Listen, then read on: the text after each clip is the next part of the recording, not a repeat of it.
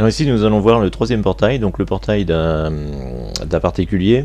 Donc c'est aussi un portail donc avec deux battants. Donc là on voit la fermeture donc du portail avec le clignotant. Le chat n'était pas joueur, n'a pas voulu passer pour vérifier les sécurités. Donc là on a vu la fermeture du portail et là donc on voit l'ouverture du portail. Voilà, donc notre portail va s'ouvrir donc complètement. Alors ici on voit la sécurité, donc une personne donc franchit le portail lorsque celui-ci est en train de se fermer, donc le portail va s'arrêter et va s'ouvrir de nouveau. On a les mêmes sécurités que tout à l'heure. Donc là on voit le principe, c'est-à-dire qu'on a un moteur, donc ceci qui est sur les piliers, qui entraîne en rotation donc des bras de levier qui vont fermer ou ouvrir le portail. Donc ces bras de levier, c'est ce qui correspond le plus donc à l'intervention humaine. C'est peut-être un peu moins esthétique évidemment que les moteurs enterrés.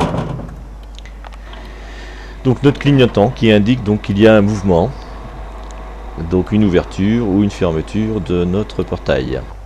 Donc ici on a ouvert l'armoire électrique, donc avec toutes les liaisons. Donc on peut percevoir donc ce qui se passe, les différents relais, donc les commandes des moteurs, les commandes du clignotant, les temporisations, hein, tout ça est donc intégré à l'armoire électrique. Alors ici notre clignotant, donc notre clignotant pendant son fonctionnement, ça veut dire que si quelqu'un est détecté, en fait il y a une sécurité, c'est-à-dire que le portail va s'ouvrir. Lorsqu'il n'y a plus clignotement, évidemment on peut donc être amené à toucher les cellules, mais ça ne va pas rouvrir le portail, parce que sinon on ne serait plus en sécurité. Donc là on a désossé le moteur, et on s'aperçoit que en fait ce qui va arrêter le portail donc en fin de course, soit la fermeture soit l'ouverture, sont des cams qui vont agir sur des contacts. Donc là on va voir l'arrêt fin de course à la fermeture, et là on perçoit l'arrêt fin de course à l'ouverture.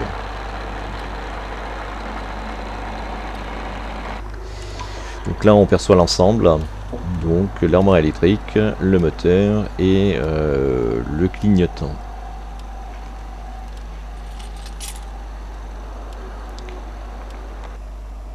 Comme sur les deux autres portails, donc la télécommande, donc avec ouverture ou fermeture. Ici des butoirs pour que le portail ne s'écrase pas sur les piliers. Ici donc des cellules. Là il n'y a qu'une paire de cellules donc sur ce portail là, contrairement aux autres où il y en avait 4. Donc voilà pour ce troisième portail abattant.